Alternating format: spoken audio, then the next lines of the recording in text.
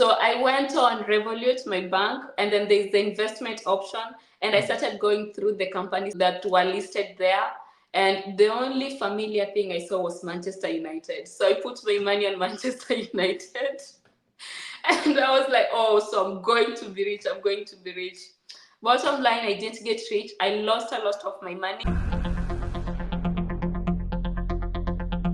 Many of us are well educated and work really hard for our money, yet not so much when it comes to managing our money. This could be a sign of the failure of our education system, which does not really teach about personal finance.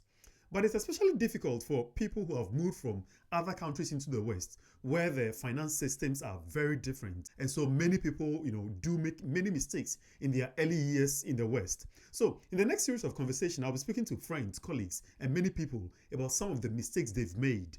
And then together, we'll try to find solutions to them. I invite you to join me in these conversations and let me know in the comment section what you would have done differently or what other mistakes you have made so that we can all learn from. It gives me a lot of privilege that our first conversation is with a colleague who is also a YouTuber, Feni. Enjoy. Feni, welcome to Diaspora Careers and Investments, where we have nearly 15,000 people watching us today.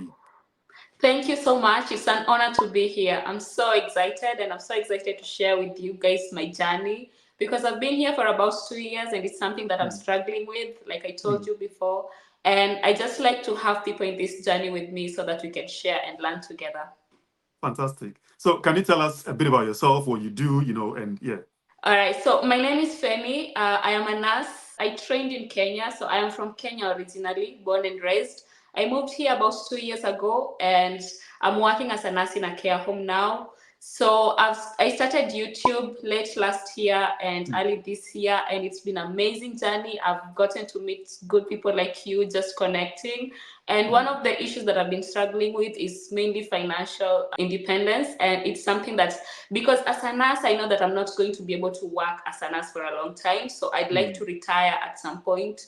So what I'm working on now is to manage the money that I'm getting well, maybe get some more income and just make sure that I have much more money when I can't work anymore. And that's why I like your channel, and I like that you talk about the financial investments and things like that, because it's something that I don't have a lot of knowledge on. I don't know about you guys, but we didn't get to be taught this in Kenya. In our school, there was no one mentioned this. So the first time I was paid, I was like, oh my God, it's been a struggle, but I'm getting better. And I'm just so excited that I get to have you on this journey with me.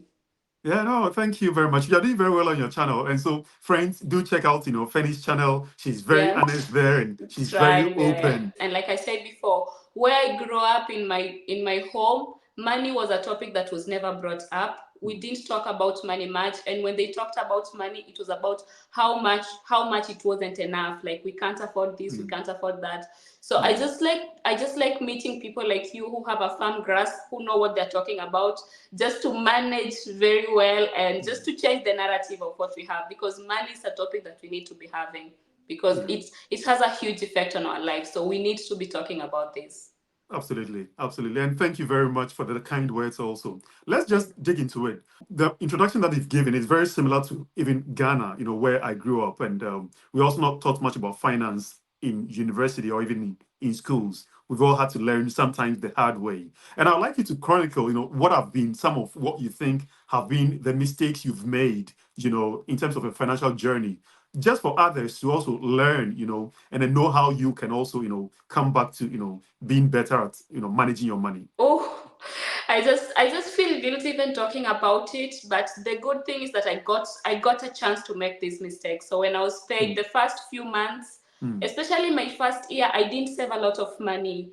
First and foremost, like a girl, there was impulse buying. There's a lot of stuff that I bought that I didn't need, especially Shane. I was buying What? clothes that I've only worn once. Especially what? Shane. Shane, yeah, from What is Shane, that? yeah. What is Shane. that? It's a It's a website website. that sells Ah, clothes. You would yeah. understand if you are a lady. Very nice clothes that I have, and I don't wear most of them. So impulse buying was a huge issue for me, eating out and stuff like that. Next, I poorly managed black tax. When I started, I had this mentality that my money is my family's money, and that I'm going to carry them with me, that when I've made it, they've made it too. And it became so overwhelming for me. At some point, I even got depressed because I felt like I was sending so much money home. I wasn't making a difference. The situation was still the same. The money, I'm working so hard, the money is leaving my account, but I'm not making a difference. People keep begging, and then when I looked at it, I saw that I can do this for the rest of my life because these people that I was helping, they're not doing anything to get out of that situation. So I found that it's not sustainable what I was doing, and it's something that I haven't even gotten through yet. I'm still struggling because I know deep down that there's a way that I can do this better in a more sustainable way, and I'm trying to find that. That's why I'm here with you. So black tax is huge for me. I haven't even struggled through it yet. I'm sending more than £500 home, and that's just from the monthly budget because in between I'm also sending a lot of money home. And like I've told you, I don't see any difference that I'm making. The situation that I left home is still the same. So I'd like to know if there's a sustainable way to do it, if I can empower someone, if yeah. So and then the last one, which we connected about a lot, which he even told me about, is that the investments, because I know deep down that there's something I can do with this money to grow. The only problem is that I don't know where to put it to make it grow. So I went on Revolut, my bank, and then there's the investment option. And I started going through the companies that were listed there. And the only familiar thing I saw was Manchester United. So I put my money on Manchester United. And I was like, oh, so I'm going to be rich. I'm going to be rich. Bottom line, I didn't get rich. I lost a lot of my money. And I didn't even know that if I want my money back, I have to find a buyer for these stocks. I also don't know if it was stocks or shares. I really don't know a lot about online investments. I try to keep away from it. And also, I'm just thinking now that even the traditional way of just going straight and buying land may not be like worthwhile because I'm here. And I mean, it might be, but I don't know. I'd like to hear from you. So those are just some of the mistakes I've made. I have so many. I have loaned people money that I'm never going to get back. So I've lost relationships and money as well. And it's just, oh, people don't have a lot of respect for other people's money, and that's something that I'm learning now. Wow. Thank you so much for the honesty. And Yeah. friends, if you're watching this, let me know in the comment section what your experience about these have been. We are here together to learn. And as you see, Feni is a very, open and honest person. And I think, we'll talk about, the investments, and I've recorded videos on this. But in terms of the black tax, it sounds like you're a good person, and I really like the phrase that your money is your family's money. But also you recognize the honesty that no matter how much you are sending back home, sometimes you may not really make the difference that you think you're going to make, because at some point you create a dependency rather than making something which is sustainable. Let's start with the impulse buying. So how are you, have you figured out a way to deal with that, or what do you do about the impulse buying? So for now, the only thing that's working for me is I have every quarter, because that's how I organize my year. So every 3 months, I have a month where I don't buy anything. Like it's like a fast. I don't buy myself any clothes. I don't eat out. Like I try to save money that month. But the only problem is when I'm supposed to be buying, I spend for those all months. So it's not making a big difference because I'm still using a lot of money. And the thing is, because I grew up in survival, like I've said, money wasn't enough. So when I have this money and it's my money, I'm like, allow me to enjoy myself. Yeah, I'm trying. But it's something that I'm still working on. Yeah. I think with that, one way you can deal with it is when you budget. I think I watched one of your videos where you spoke about budgeting. I've got this budgeting tool which I've shared with so many people on my channel. I'll share with you after this Yes, conversation, please. which Please. would actually help you to know that this is my savings goal. This is how much I'm going to save per month. This is how much I spend on that. This is how much I spend on that. And then you know that I can only spend maybe £50 or £100 on clothing, you see. And then it means that in a month where you don't buy any clothes, you are allowed to move it to the next month. And I think that can also guide you, because if you've got enough clothing anyway, then you may not necessarily need so much more of that. So Right. I find budgeting to be an effective way to help you manage how much you can spend on something. To be fair, it's your money and you are supposed to treat yourself also. But I think when you also want to retire early, so you need to find that balance, and that can be a struggle sometimes for people. And then we come to the black tax component, whereby you honestly agree that even though you are sending money home, you feel you are not making a difference. Have you been able to figure out a way to deal with that? Not yet. I mean, the only advantage I have is that I have, there's so much potential in my family. Most Mm, of them have so much potential, but most of them are still in school. So I'm thinking that mm, in a few years it's going to be better.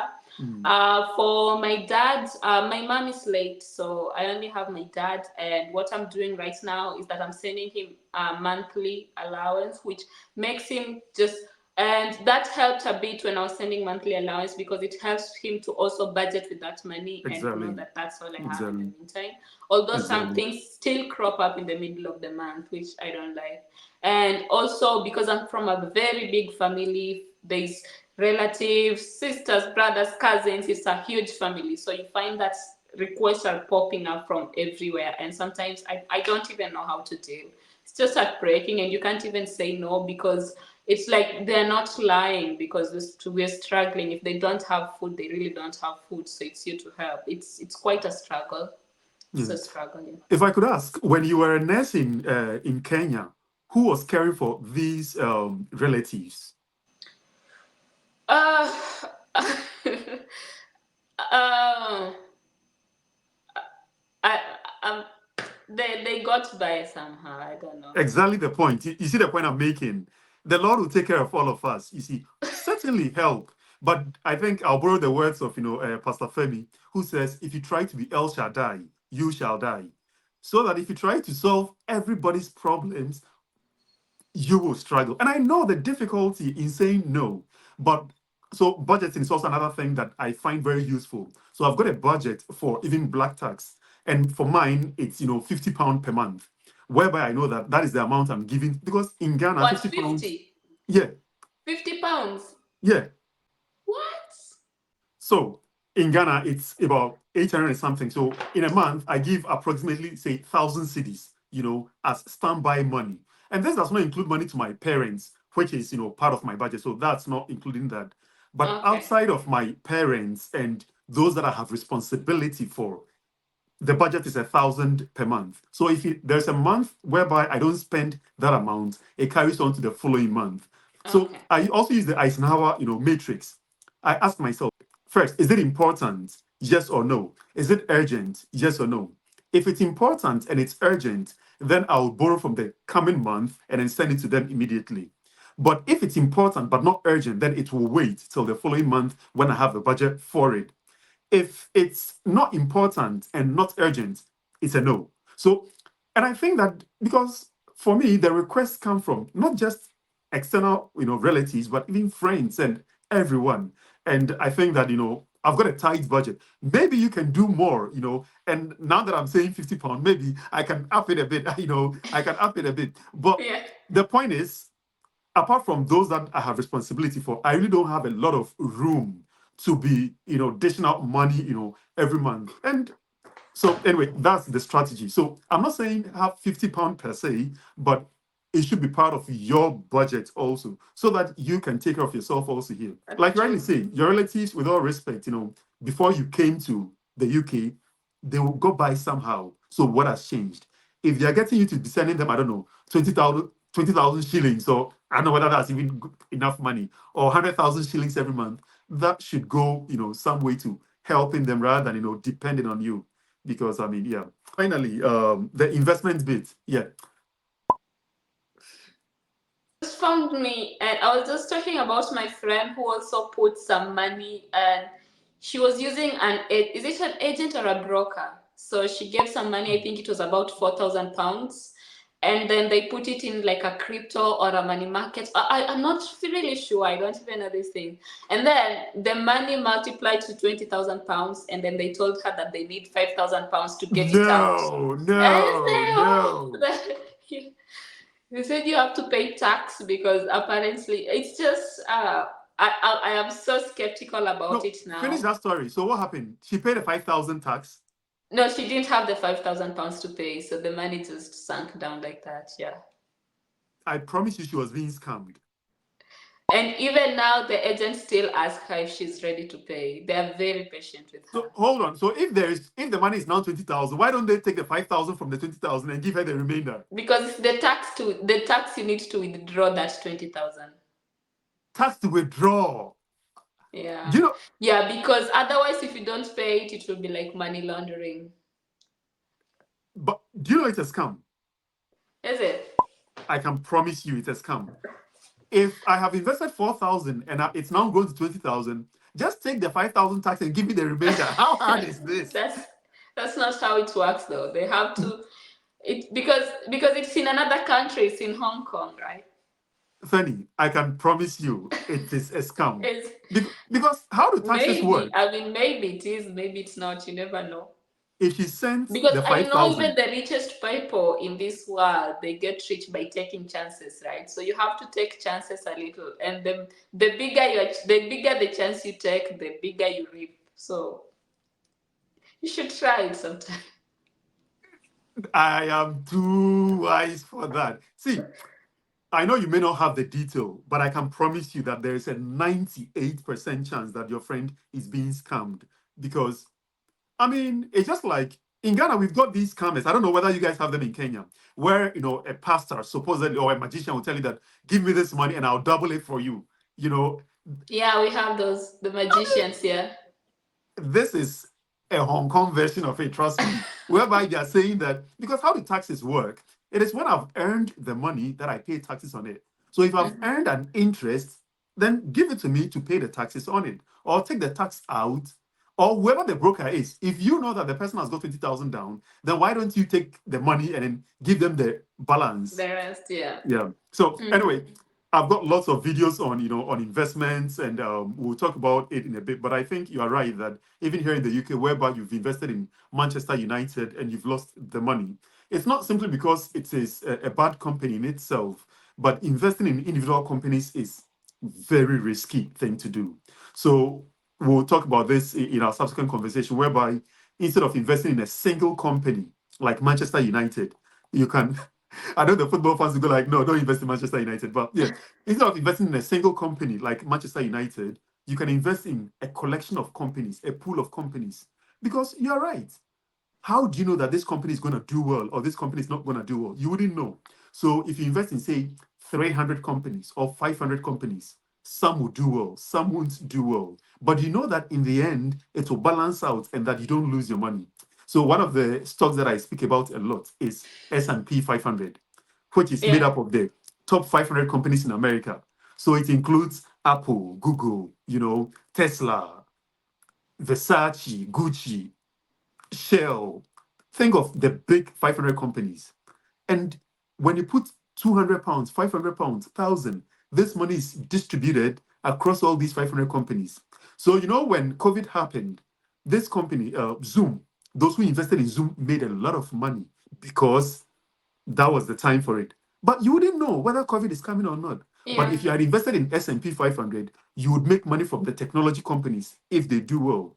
Of course, when COVID happened, the oil companies also did not do well because nobody was traveling and, the world went down. So Yeah. people also lost there. But if you are in a diversified portfolio, which means that some of your money is here, some is there, some is all over the place, then you would, it will balance out. And we know that since I think 1990, it's been performing about 8 to 11%. So that is a promising place to put your money than, Wow. risking Yeah. it in than betting on one company, and if you're going to bet on one company, not Manchester United.